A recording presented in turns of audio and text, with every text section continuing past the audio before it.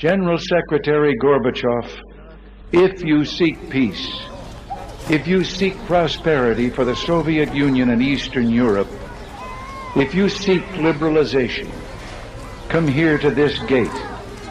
Mr. Gorbachev, open this gate. Mr. Gorbachev, tear down this wall.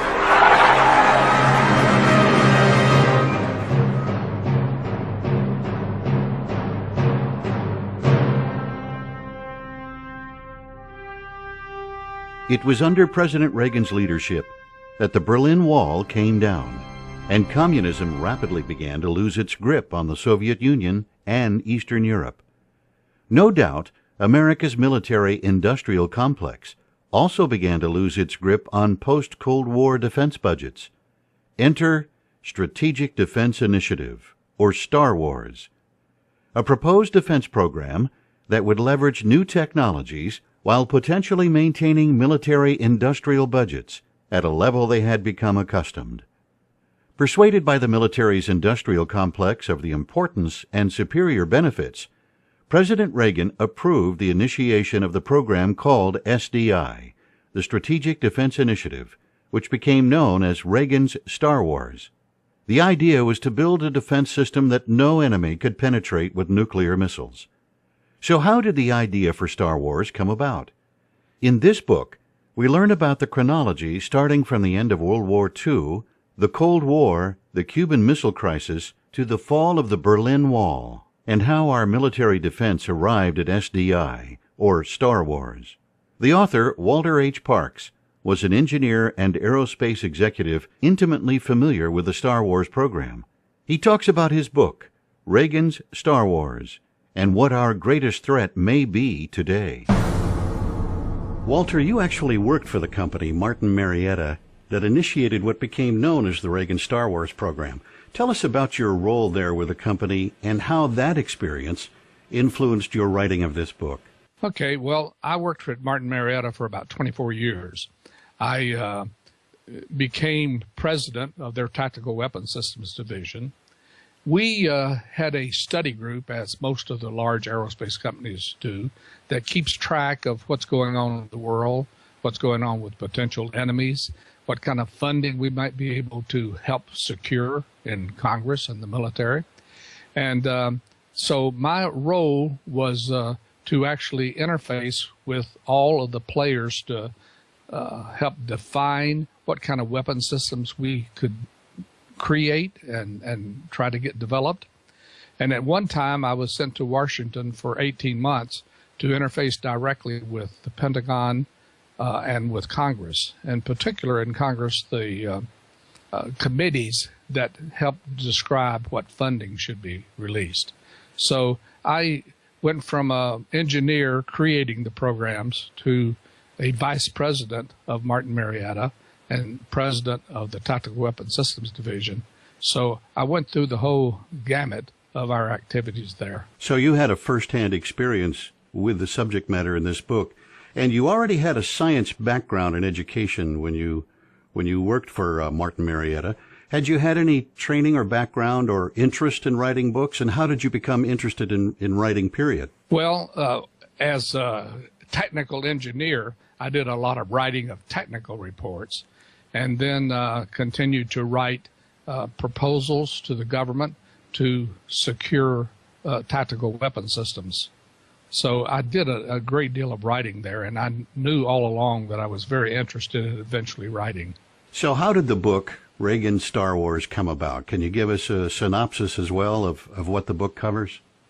Yeah, when I retired, I formed a company called Unknown Truths Publishing Company, and my interest was in ancient secrets and that kind of stuff. But some of my colleagues said I should be writing about my experiences in the aerospace industry.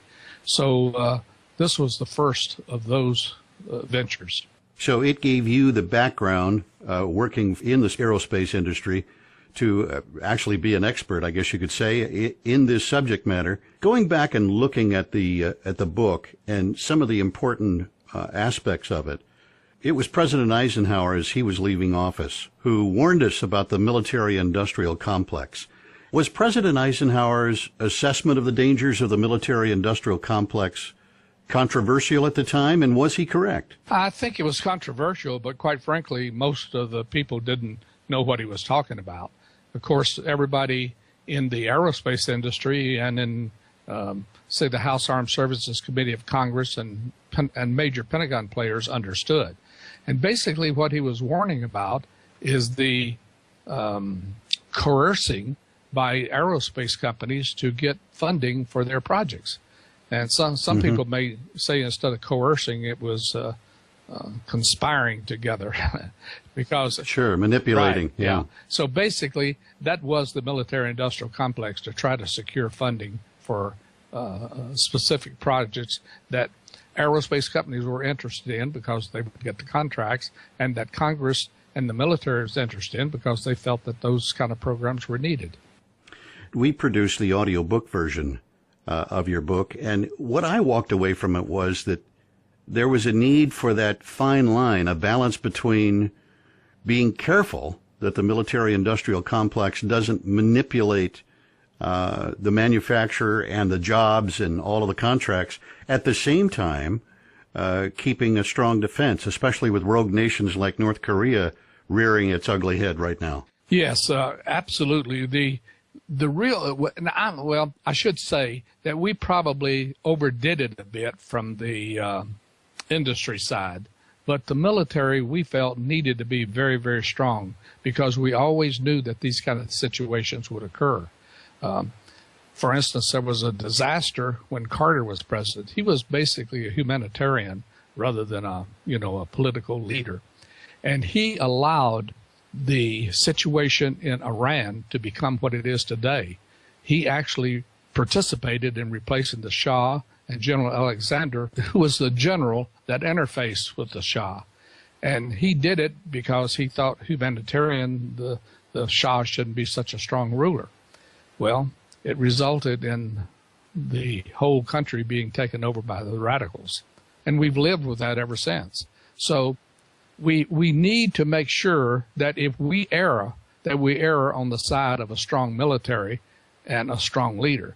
Now, I personally am concerned that President Obama is a humanitarian more so than he is a military leader.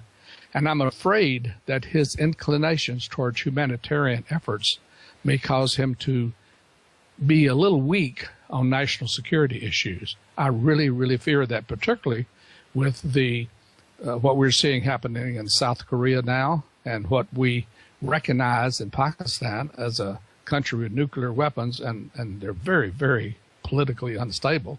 And then, of course, the biggest fear of all is Iran.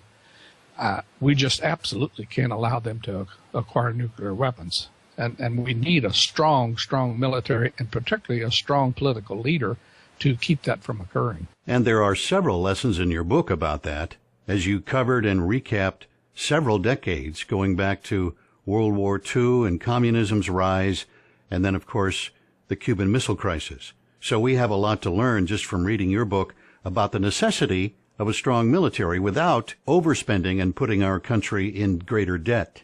Well, the whole idea that we created with the Strategic Defense Initiative was to, well, first of all, we recognized that peace was breaking out because the USSR was failing.